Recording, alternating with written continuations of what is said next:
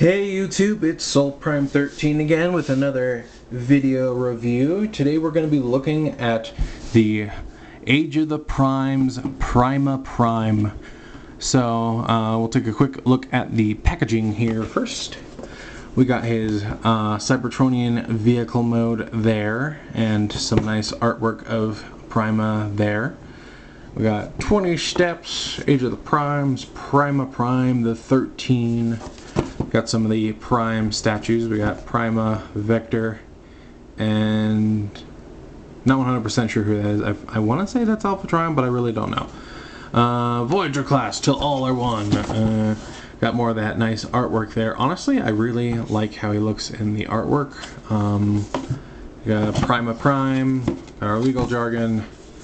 We got some product shots there. We got Matrix, 20 steps, and the Star Saber. It's even got a little bit of Cybertronian rating there. Yeah, that's it for the box. And we get a lovely instruction manual. Yeah, there is that. But here we got him in a neat little pose, and you can see he has some decent articulation. He can actually reach back and grab that sword off of his back. So, nice little bit of articulation there. We're going to go ahead and take that out. And as you can see, the Matrix does store in his chest, which is always a cool thing. Let's get this out of there. Come on. I do wish his shoulders plugged in a little more solidly. That is one of the few gripes I have with this. That, and sometimes when you're turning his arms here, these panels will come undone. These ones, not always, but sometimes. So we'll see how that goes through this. I'll get him all sorted out and standing up straight. But yeah, overall, definitely digging this figure. This is the first of the new 13s I have managed to get my hands on. Also looking forward to Solus, who has been seen around a lot recently. I did see one in the store a couple weeks ago, but at the time I did not have the money to pick her up, and when I went back she was already gone. So waiting on that pre-order at this point. But yeah, we'll take a look a little closer here. We do get some nice blue highlights just throughout his body. It's a somewhat metallic light blue there on the legs, and we get some on his chest, a little bit on his belt and on his shoulder pads. Some blue there for the eyes. I'm gonna be honest, I like the head sculpt better in the artwork than I do on the actual toy. It feels a little weird, and I think it's partially because like his forehead is just so big. I don't know. Like, I don't absolutely hate it, but it does feel a little weird. But yeah. And here you can see the top of his vehicle mode. Got his wheels in the back. But yeah, overall, feels like a very nice figure in hand. As far as articulation goes, can do 360 at the shoulders. His shoulder pads are on a double hinge, so there's some posability with that. You can get his arms all the way out. Does have a bicep swivel. Does have over 90 degrees at the elbow, and his hands are actually on ball joints. One nice thing, we'll do a little pose here. If you open up those panels I was mildly complaining about, hang on, show this off. You can put the Matrix, make sure I got the hole on the right side. Matrix. You can get some really cool poses, because by opening that panel and angling things just right, you can get his hand angled with the sword. So you can get some really nice poses out of that. So I'm actually overall grateful for these panels, because it lets you use that ball joint very well. And again, as you saw, you can take this larger peg and store this on his back if you so choose. So, robot storage. Back to articulation. Getting distracted here. He does have these hip skirts which go up. he does have a waist, and you can sort of get it 360. There is a little bit of collision with that backpack though, but you can, there we go. Kicks can go that far forward. He does have a little over 90 degrees at the knee. Does get all the way out to the side. You can kick that far back before backpack collision. As far as the feet, you do get a little bit of up and down, as well as significant ankle. So there is that. Very good posability. Oh yeah, and his head is on a ball joint, and you do get some decent movement with that. But it's also because of the way he transforms and because of the way the head is molded, you can get him looking like all the way up. So you can have him look up to the sky in horror of Unicron's arrival, or you can have him doing a dead. But yeah, very nice posability overall. Definitely dig the quality and the sculpt overall. And like I said, you can get some really good poses, especially because of the way those arms are set up. Oh yeah, I almost forgot, his fingers open as well on both hands. So there is that. But yeah, sometimes, yeah, see, now it's popping all loose. But yeah, lots to work with there. But yeah, we'll just do a quick comparison here. Here he is with our recent Deluxe Devastation Prime. Give you an idea of how he stacks up. And see, I'm pretty sure you can hold this. Yeah. Give him the Star Saber. Doop. So yeah, there's that. As far as transformation goes, we do want to start by putting the Matrix away in his chest. Yep, and see those shoulders are starting to, they were popping out and then they collapse back in. That is probably my biggest complaint, is these shoulders don't stay super secure. Fortunately, he doesn't like fall apart if you like shake him or anything. He'll pass the shake test. But sometimes those shoulders do like to pop out of place when you're messing with them. But fortunately, it's not too bad. Anywho, so first we're gonna wanna bring these shoulder pads out. And then we are going to want to detach these shoulders. Just sort of bring these straight up to get them out of the way, and then we're going to fold these wheels out like so, and you can see they sort of have a tab that's going to slot into this groove on his side like so. Then we're going to rotate, and you want to make sure that this armature is down so that it'll won't collide. And there's a teeny little tab right here that's actually going to plug into this little slot in the back of his head, so you're going to bring that whole thing down. The ball joint and all that is on a hinge, and you're just gonna click that into place like so. So then we're gonna move this forward a little bit, and we're gonna come back here, and sometimes these are easy to move around, sometimes they like to be a little finicky, but you're gonna move these wheels out. They're on a double hinge here, and I usually just put them out to the side like this for now. And when you're transforming it, this tab goes in there. Just be aware. I mean, it kind of slides in that way anyway, but just be aware that is a thing. Kind of get these out of the way. And now that same slot is going to take this tab on the back of the foot. You're going to fold it all the way in like so. Fold it in. Then you're going to rotate this up. And this is a little bit finicky because you want to get the feet under, and you do kind of have to like rotate them to the side as you bring them up and around like so, just to make sure they get under there. Then you can tab his legs together. There's a tab here and here at the knee joint. Just sort of squeeze those together like so. There we go. And now for the arms, we're going to want to bring those back a bit. We're going to unfold these panels. See, now it doesn't want to let go.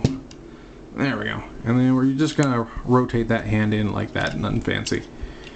And you want to make sure that the groove in the arm is going to be over the wheel. I'm going to bring this into the side, and there is a groove here that is going to go onto this tab here, and then this groove right here under the wrist is going to go onto this tab right here. So we're going to just sort of wiggle all this into place. Might have to readjust the position of that shoulder just to get it lined up right. But then, okay, yeah, this isn't lining up right. Gotta get those legs to cooperate. Now, I'm never 100% sure how these legs are exactly supposed to. Oh, I totally forgot to mention his hips are on a bit of an odd joint. The hip joint is actually on like a, I'm trying to remember exactly. I'll just undo this and show it. Actually, I'll do it on the side I haven't finished yet. How about that? Yeah, there, that kind of joint. You can sort of see it's on a weird, I don't know the term for it, but yeah, I figure that's worth mentioning. It doesn't actually affect the transformation. I meant to just mention it earlier, but it is a little odd. Not necessarily in a bad way though. But yeah, just getting these lined up. Sometimes the legs shift around a lot because they don't really seem to specifically tab in anywhere but right here. So I'm not entirely sure what the deal with that is, and sometimes it just makes getting this whole thing to stick together at first a little weird.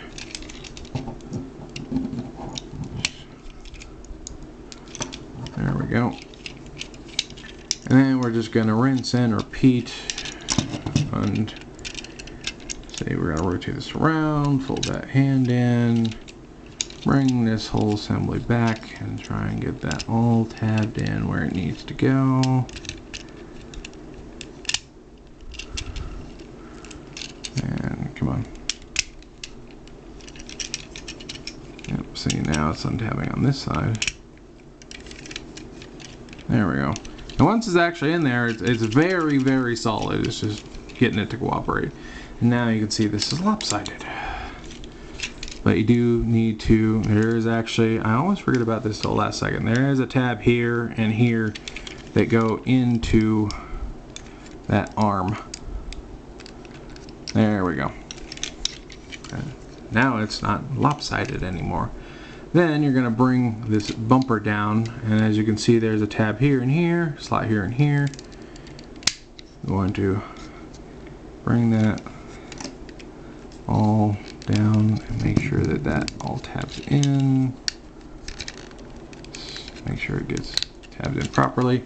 Then you can take these shoulder pads and just sort of double hinge them over like so. And there is that.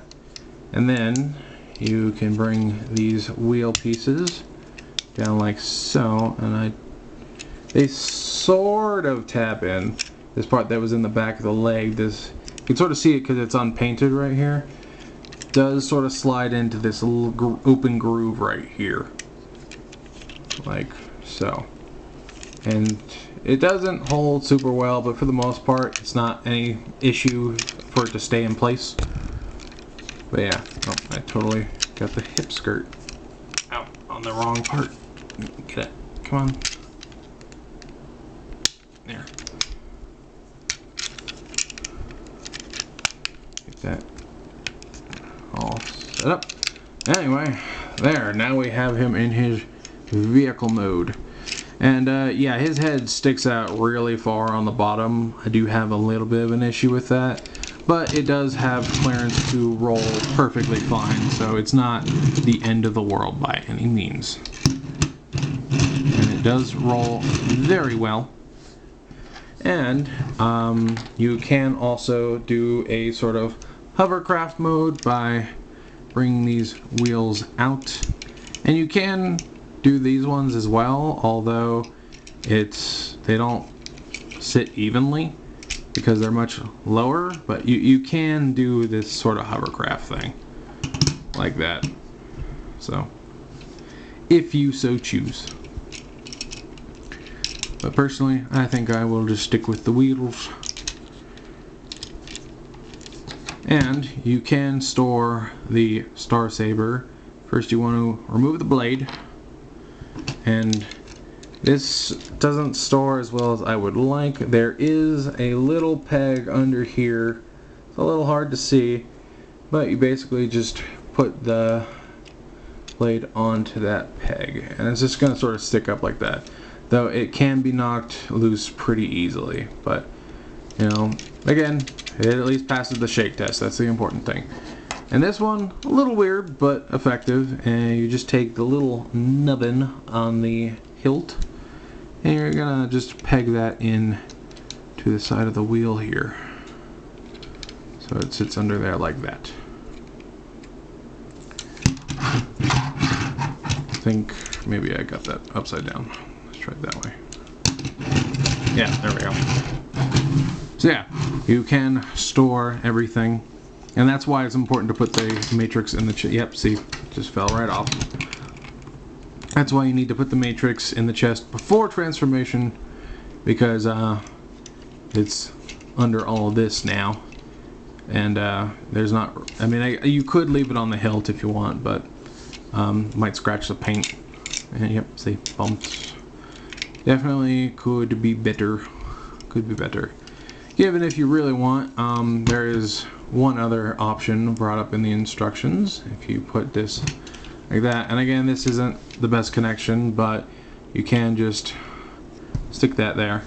And it's not the best because, like, it does hold well, but it's not, the hole's a little bigger than the little nubbin bit. It's sort of holding on to that second section, so it can wiggle around a little bit. But you can get your stabby battering ram if you so choose. And it's totally spaced on a good comparison. Yeah. Well, here's with our bone crusher. Let me actually like fold this underneath just to make it at least look somewhat cohesive.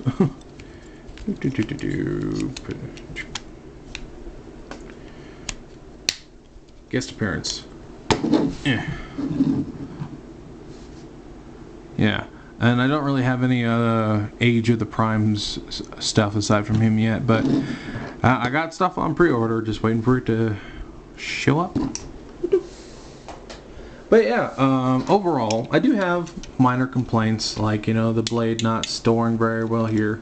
And, you know, you can, like, if you really want to, just stick it on the side like that. Something like that. I do like the sort of Cybertronian truck that he's got going on for vehicle mode. Again, getting everything to line up at first is a little teeny tiny bit annoying, but once everything's in there, he is very solid. Like, he's solid. Again, I'm not a huge fan of the head sculpt, but I don't hate it either. And it is a little weird that he is just like, hey, how are you? Because he could literally look at you from, like, he is just right there, buddy. He is just right there. But yeah, I think most of my complaints overall are really nitpicks, with the exception of sometimes the arms untabbing a little too easy, sometimes they're a little too secure. It's weird. Yeah, just lining up those legs into the vehicle mode. But other than that, like, he's a very fun figure, very solid. I really love the overall just sculpt of this guy. I really dig the vehicle mode. I like the, you know, the silver and then the blue highlights. Overall, I do really like this figure. I think I'd give him a solid 8.5 out of 10. He is a very good figure, a really cool design. I do think the way he's called Prima is a little weird, but, you know, hey, whatever, Hasbro. I'll just call him Prima, it's easier. But yeah, overall, I do approve of this figure, and I'm sure most people are enjoying this figure because, you know, I'm pretty sure this is the first time we're getting an actual prima. So yeah, happy hunting on that one. This guy definitely seems very cool and very popular. So I'm happy I was able to snag one. Yeah, definitely recommend. But yeah, overall, just little nitpicks. You know, and nothing that really makes me hate the figure or anything. It's not like, you know, the Studio Series, what was it, the last Dreads we got, where like his panels would just fall off and it was just not fun to play with. This guy is still very fun to play with, and again, got great posability. I love that the wrist thing can actually work for good sword poses, because, you know, when you got static wrists with a sword, it can kind of put a damper on it. So I'm really glad that they went through and made those like ball joints instead of just like a hinge, because it actually works in his favor. But I think that's enough gushing. Yeah, I've given my 2 cents, and I definitely recommend. So that was my review of the Age of the Prime's Prima Prime. And this is Soul Prime 13 saying transform and soul out.